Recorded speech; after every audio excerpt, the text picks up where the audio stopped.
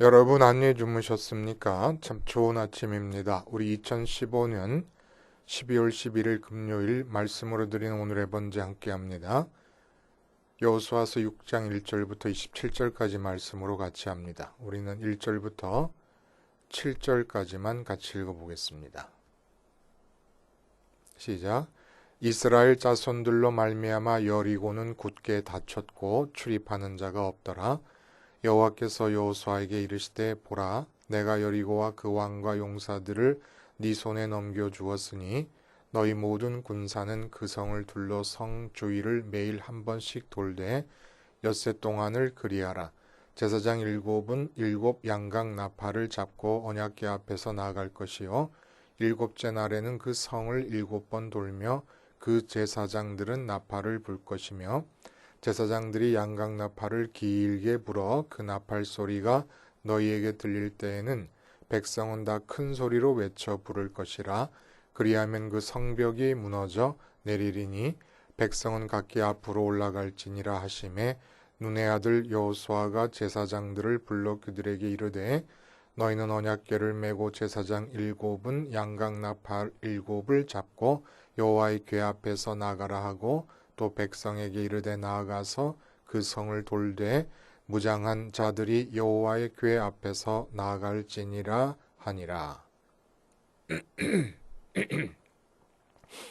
네, 오늘 우리가 함께 읽은 말씀 중심으로 생활 현장 속 여리고 기도라는 제목의 하나님 말씀 증거합니다.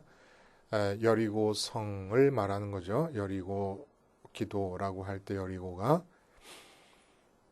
여러분, 그 복음은 구원의 티켓을 사는 것이 아닙니다. 복음을 받아들인다는 것은 복음 때문에 그럴 수밖에 없는 라이프 스타일을 받아들인다는 얘기입니다.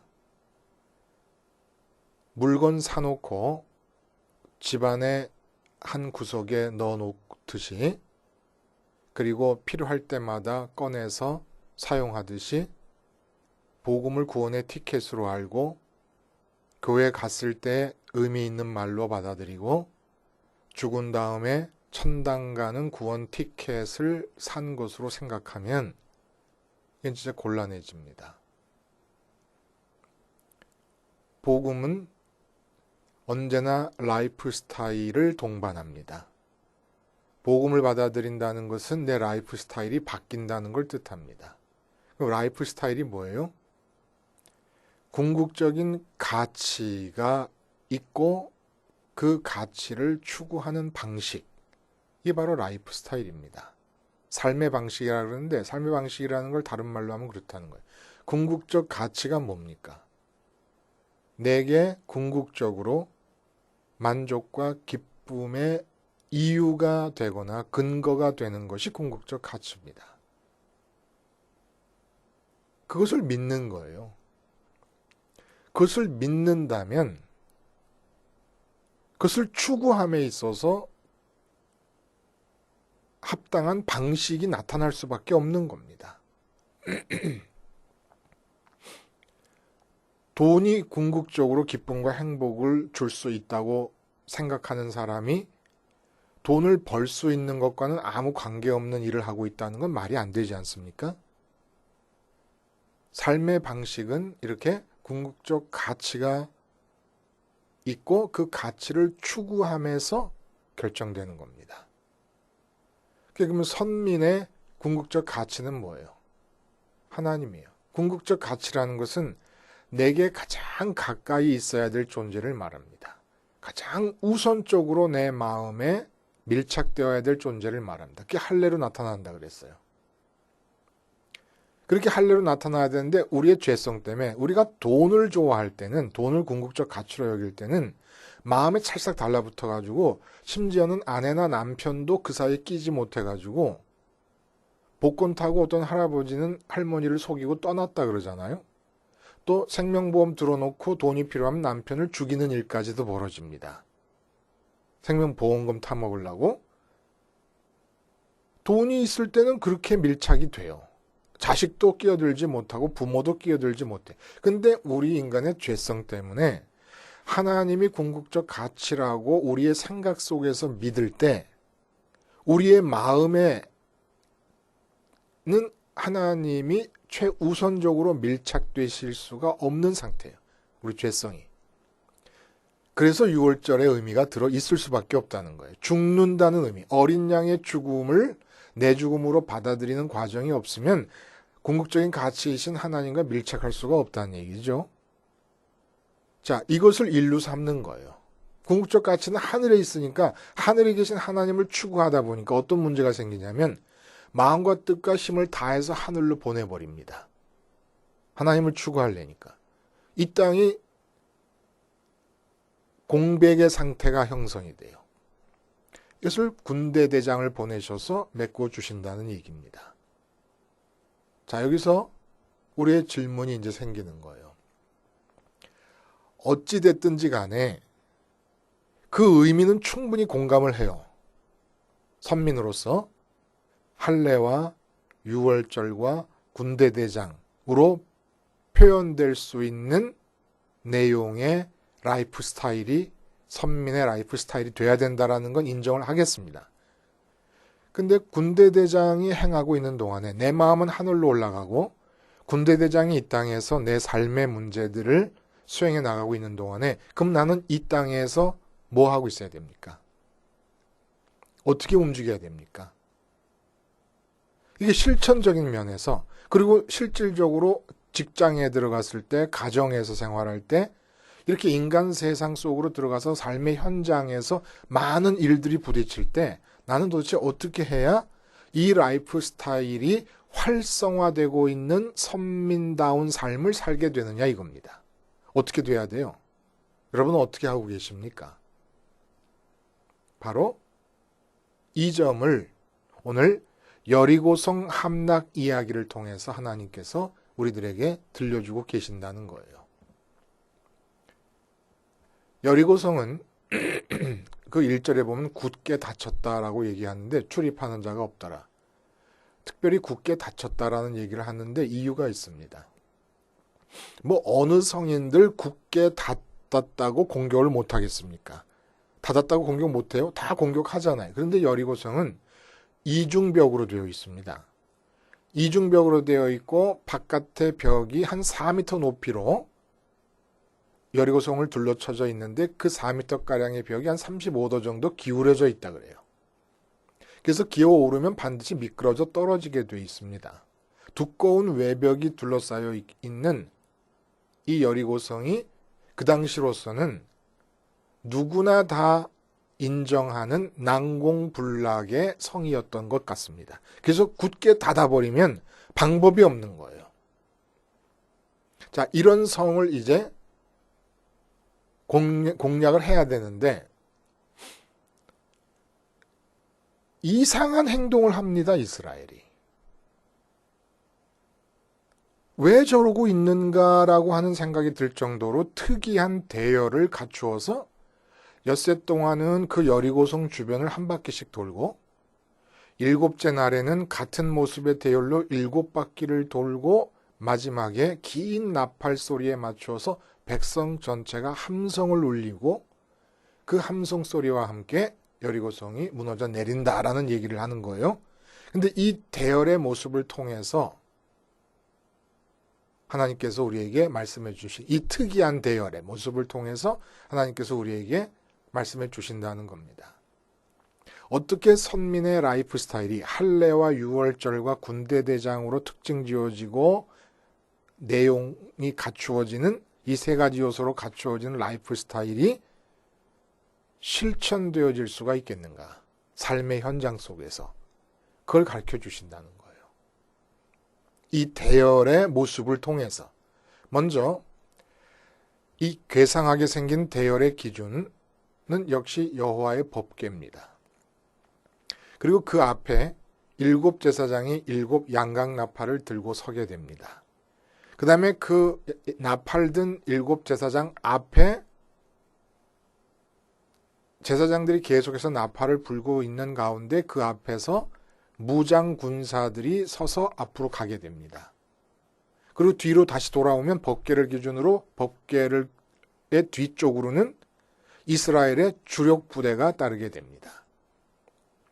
여기서 우선 살펴볼 것은 선두에 선 무장 군사들이에요.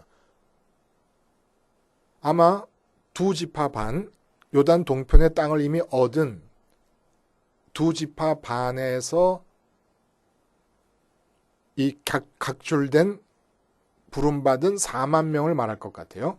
근데 이 무장하고 선두에 서서 나가고 있지만 이 사람들이 앞에는 싸울 상대가 없어요. 보통 싸움이라는 게 적을 향하여 앞으로 나가야 되는 거 아닙니까? 근데 이 무장한 군사들이 앞에 서긴 섰지만 눈앞에 적이 안 보입니다. 그런 와중에 바로 이 무장한 군사들 뒤에서는 7 제사장들이 뒤따라오면서 계속해서 양각나팔을 불어댑니다. 그러니 행진하고 있는 앞쪽으로는 적이 없는 상황이고 뒤에서는 계속 나팔 소리가 들려오니까 자연히 마음은 뒤로 쓰일 수밖에 없어요. 이때 나팔도 전쟁 때 쓰는 나팔은 원래 양의 뿔로 만드는 양각 나팔이 아니라 은을 녹여서 만든 은나팔입니다. 은나팔이라면 나팔 소리에 맞추어 사기충천해서 눈앞에 보이는 적을 향하여 앞으로 돌진해 나가서 싸워야 되는 거예요. 근데 양각나팔의 의미는 뭐냐면은 양각나팔은 전진을 알리는 신호가 아닙니다. 앞으로 뛰쳐나가라는 신호가 아니에요. 어떤 대상이 나타나고 어떤 대상이 출현했음을 알리는 그런 신호입니다. 그러니까 양각나팔이 들릴 때 이스라엘 사람들은 어떻게 반응하면은 올바른 반응이냐면은 그 양각나팔이 들리는 소리 쪽으로 마음을 쓰면서 도대체 누가 나타났기에 양각나팔이 지금 불려지고 있는 것이냐라고 하는 것이 올바른 반응이라는 거예요. 그러니까 대열의 맨 앞에 서서 무장군사들이 전진을 하고 걸어가고 있는데 앞에 적을 향하여 걸어가고 있는 게 아니라 뒤에서 양각나팔이 불리니까 마음을 뒤로 써야 된다는 겁니다. 뒤로 마음을 쓰다 보면 결국 거기에 뭐가 있습니까? 기준점이 되는 법궤가 있는 거예요. 그러니까 앞으로 걸어가고 있지만 신경은 뒤로 쓰고 마음은 뒤를 돌아보고 결국 법궤를 바라보게 되는데 법궤가 뭡니까? 하늘에 계신 하나님의 증거예요. 이 땅에 존재하는 하늘에 계신 보이지 않는 하나님이 하늘에 하나님이 계신다는 증거입니다. 그러니까 여리고성을 돌면서 적을 전혀 눈앞에 두질 않아요. 법궤를 증거 삼아서 그 증거가 가리키는 하늘의 하나님을 바라보게 됩니다. 그러면서 7바퀴를 매일 한 바퀴씩 돌고 7째 날은 7바퀴를 도는 거예요. 우선 여리고성이라고 하는 과제를 함락해야 되는 과제를 우리 인생에서 만나는 일로 생각하시면 된다는 겁니다. 그럼 우선 우리가 선민의 라이프 스타일이 활성화되고 충족될 수 있는 라이프 스타일의 3가지 요소가 충족될 수 있는 식으로 산다는 것은 도대체 뭘 말하는 것이냐? 우리에게 여리고성 같은 일이 주어지면은 그 문제를 떠날 수는 없어요. 7일 동안에 한 바퀴씩 돌고 마지막 7바퀴를 돌았다고 하는 것과 마찬가지로 현실적으로 그 문제를 우리가 벗어날 수는 없지 않습니까? 환경적으로 주어지는 문제를 벗어날 수는 없다는 것을 뜻하는 거예요. 그 주위를 돈다는 거예요. 근데 그 주위에 있는데 마음으로는 법궤를 증거 삼아서 하늘에 계신 하나님을 바라봅니다. 그리고 이 대열은 아예 처음부터 실제 싸움을 염두에 두고 구상된 대열이 아니에요. 왜 그러냐? 법궤 뒤를 따라오는 주력 부대도 법궤 앞에 제사장이 양각나팔을 불면서 나가고 있는 한 양각나팔을 부는 쪽을 바라보면 법궤가 보입니다. 그리고 법궤를 지나쳐서 뛰쳐나가 싸움을 할 수 있는 대열의 형태가 아닙니다. 그러니까 문제가 주어질 때는 우리는 어떻게 하냐면 그 문제와 내가 직접 싸워야 되는 것이 아니라는 것을 말하는 겁니다. 그 문제와 직접 싸우지 않고 대신에 마음을 하나님께로 보낸다는 것, 우리는 법궤 대신에 말씀이 육신이 돼서 오셔서 십자가를 지신 주님의 십자가가 있어요. 십자가의 주님이 있어요. 그 십자가를 증거 삼아서 주님이 부활하고 승천하신 그 길을 따라 마음을 하나님께 드리는 게 우리가 할 일인데 이것이 뜻하는 바는 뭡니까? 우선 내 마음은 내 앞에 이 세상에서의 일이 주어져 있지만 이 일이 잘 되고 못 되고는 내 마음의 기쁨과 만족에 아무런 관계가 없다라는 것을 고백하는 겁니다. 그게 바로 무장군사 뒤쪽에서 제사장들이 양각나팔을 불고 제사장 뒤에 법궤가 있고 또 법궤 뒤에 주력부대가 따르는데 계속해서 걷는 동안에 여리고성을 도는 동안에 다시 말해서 세상 문제와 내가 함께 있는 동안에 내 마음은 법궤를 증거 삼아서 법궤가 가리키고 있는 하나님을 바라보는 것처럼 그렇게 문제 앞에서 하나님을 바라보는데 하나님을 바라볼 때 그 이유가 뭐냐면 이 문제가 동쪽으로 해결되든 서쪽으로 진행되든 북쪽으로 후퇴하든 남쪽으로 전진하든 내 행복과 기쁨에는 아무런 상관이 없다라는 것을 고백하라는 얘기입니다. 그리고 두 번째 그러면 법궤가 증거인데 법궤 안에 말씀의 돌판이 들어있어요. 왜 하필 말씀의 돌판이 들어있는 법궤냐 이겁니다. 하나님의 증거가. 여러 가지 증거가 있을 수도 있을 텐데 그 돌판의 의미가 뭐예요? 하나님은 말씀하시는 인격성을 갖고 있다는 증거입니다. 그러니까 하나님은 생각이 있으시다는 거예요. 그래서 이 여리고성을 도는 동안에 여호수아가 10절에 보면 우리가 읽지 않은 10절에 보면은 여호수아가 백성에게 명령하여르되 너희는 외치지 말며 너희 음성을 들리게 하지 말며 너희 입에서 아무 말도 내지 말라. 그리하다가 내가 너희에게 명령하여 외치라 하는 날에 외칠지니라. 이렇게 얘기합니다. 침묵 명령을 내립니다. 아주 강조에 강조를 해요. 외치지 말면 흥분할 수 있으니까. 여리고성을 직접 눈으로 보고 돌고 있으니까 흥분할 수 있지 않습니까? 흥분해서 나오는 말 한마디도 나오지 않게 하며 너희 음성을 들리게 하지 말고 서로 말하지 말라.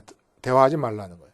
너희 입에서 아무 말도 내지 말라. 너희 생각을 여리고성과 지금 상황에 대한 너희의 판단과 기준에 의해서 생각되는 생각을 입 밖으로 꺼내지 말라는 얘기입니다. 그 이유가 뭐예요? 법궤 안에 들어있는 말씀의 돌판이 증거하듯이 지금 우리와 함께 있는 이 생활 문제인 여리고라고 하는 문제에 대해서 하나님의 생각이 있다고 하는 것을 얘기하는 거예요. 그러니까 우리의 생각을 죽이라는 얘기예요. 이 문제에 대해서 이게 이렇게 되면 좋겠고 저렇게 되면 좋겠고 이 문제는 좋은 것이냐 나쁜 것이냐 이런 판단부터 생각해서 그 문제가 어떻게 발전했으면 좋겠다는 바람까지도 마음속의 생각 자체가 침묵해버리라는 얘기입니다. 왜? 하나님이 생각이 있으니까. 지금 삶에서 문제를 만났을 때 어떻게 그 문제를 대처하는가에 대한 얘기를 우리가 지금 하는 겁니다. 그렇게 침묵하면서 7일 동안 여리고성을 돌아요. 뭘 뜻하는 거겠습니까? 여리고성이라는 문제가 있어요. 현실적으로.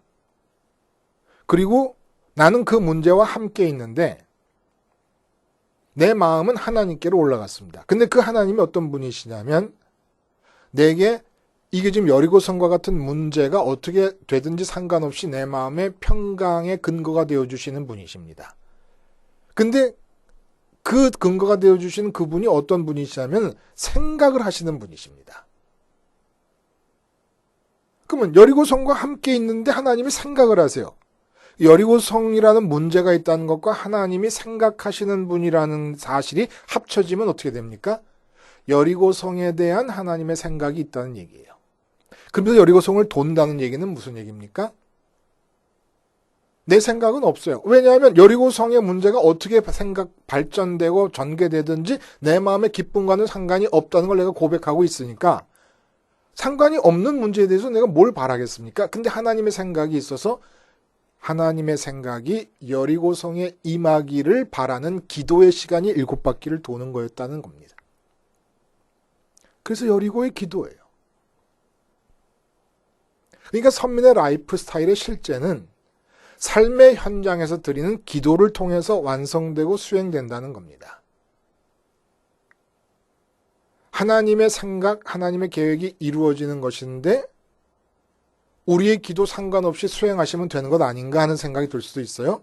그러나 기도를 통한 우리의 참여가 중요한 이유는 뭐냐 하면은 이 세상에서 하나님의 역사가 진행되는 동안에 우리와 하나님의 연합이 하나님께 기쁨이 되고 이 세상 일을 통해서 우리와 하나님의 연합이 더욱더 깊어지고 하나님과의 사랑이 더욱더 돈독해질 수 있다는 겁니다. 어떻게 함으로써?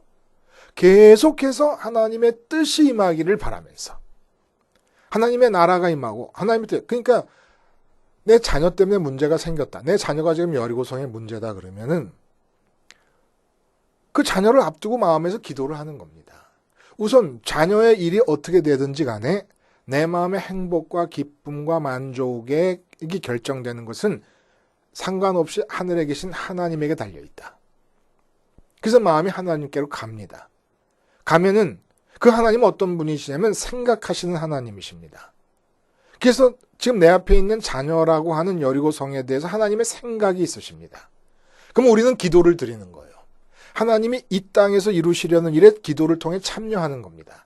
아버지의 뜻이 이루어지게 해주세요. 사장님하고 대화를 해요. 그러면 우리 마음속에는 보통 다른 사원들이 사장들을 만날 때 사장이 자기에게 어떻게 해주기를 바란다 라는 게 있잖아요. 이런 거 없는 거예요. 침묵하는 겁니다. 사장에 대한 바램과 사장에 대한 생각이 침묵해버려요. 사장이 나에게 어떻게 하든, 사장이 나를 파이어 시켜도, 나를 해고해도 내 궁극적인 삶의 행복과 기쁨은 하늘에 계신 내 아버지께 달려있는 거지 사장이라고 하는 이 존재가 나를 그렇게 행복과 기쁨을 결정짓는 그런 자리에 있는 사람이 아니다라는 것을 생각하면서 그럼 동시에 나는 사장과 무관해지는 사람이 되는데 나는 무관해지지만 이 사장이라는 여리고성의 문제와 나는 무관해지지만 내가 궁극적인 가치로 생각해서 마음속으로 모셔드리려는 하나님은 바로 그 사장에 대해 생각을 갖고 계신단 말입니다. 그때 하나님의 뜻이 이루어지면 좋겠습니다 하고 간절히 바라는 이 바람이 하나님의 기쁨이 된다는 거예요. 하나님께. 주님이 온통 하나님께 기쁨을 드렸던 이유가 바로 거기에 있는 것이죠. 주님 마음의 기쁨과 무슨 상관이 있습니까? 세상이 이렇게 되든 저렇게 되든지 간에. 그러나 그 세상, 무관한 세상에 대해서 아버지가 생각을 갖고 계시니까 주님의 마음은 아버지의 뜻이 이루어지면 좋겠다. 그래서 주님을 향해 하신 말씀이 내 사랑하는 아들이여 내 기뻐하는 자라고 말씀을 하셨던 겁니다. 이렇게 해서 모든 여리고성과 같은 문제에 대해서 우리는 상관없어 나하고 이 문제가 어떻게 발전되든지 나의 행복과 나의 만족은 상관없어. 내 소유와 내 본래의 기업에는 상관없어. 내 소유는 하늘나라요 하나님이시니까 상관없어 라는 고백을 합니다. 그리고 나서 그러나 나와 상관없는 일에 대해서 하나님이 상관하고 계셔. 하나님의 뜻이 이루어지기를 바래. 그러니까 내 바램도 내 생각, 내 계획도 아무것도 없는 거예요. 그러나 하나님이 생각하고 계시고 계획하고 계시니까 그게 그대로 이루어지기를 바란다. 라는 얘기예요.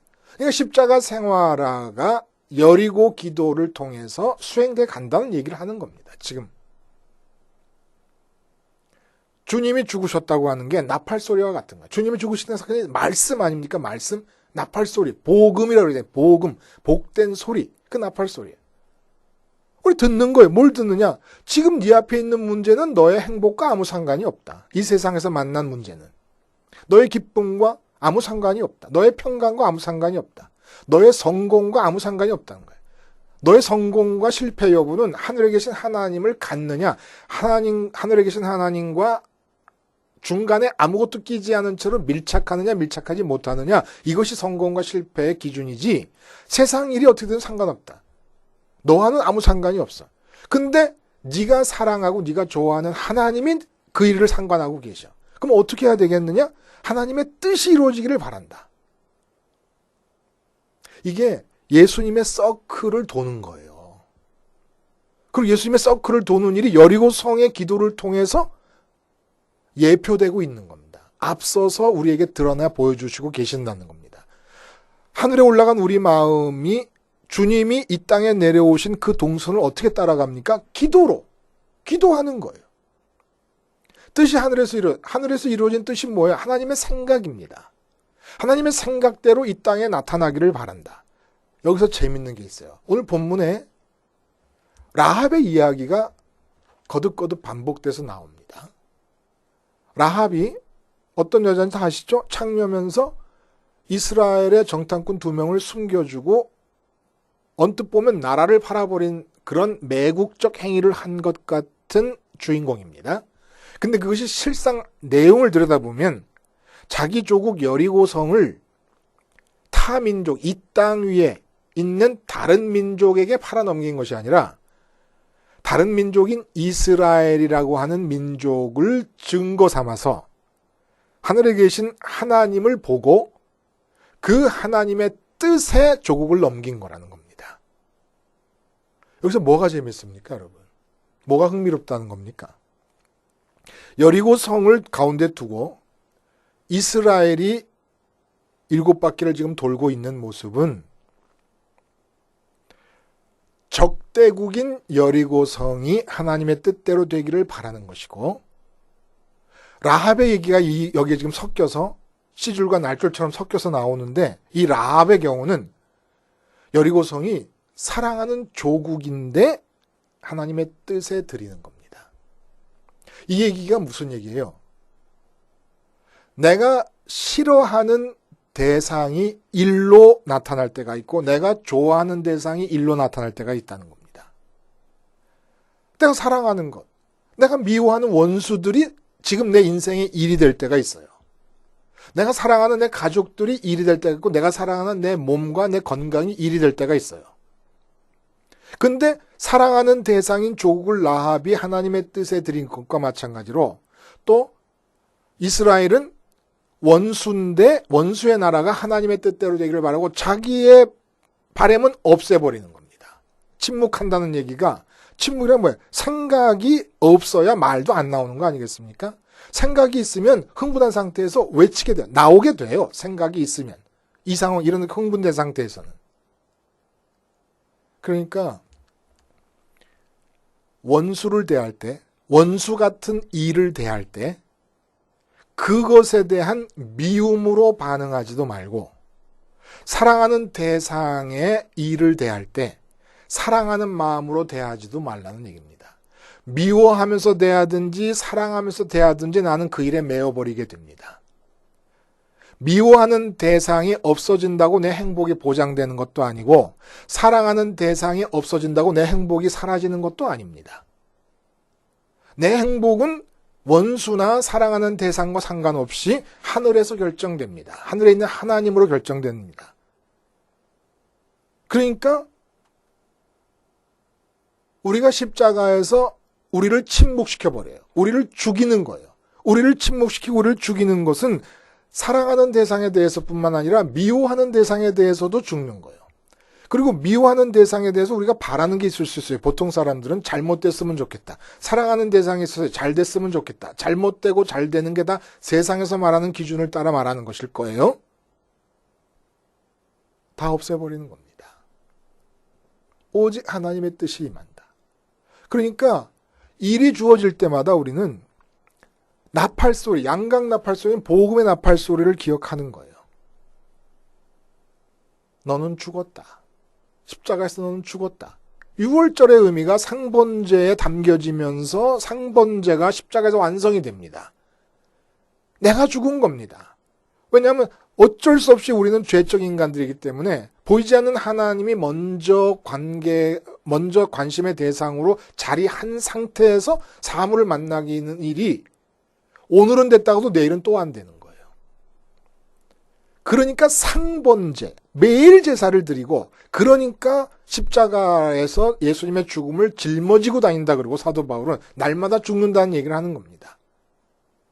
모든 세상 만물은 첫 번째 관심사가 될 수 있는데 자연스럽게 자연스럽게 하나님만은 첫 번째 관심사가 안 돼요.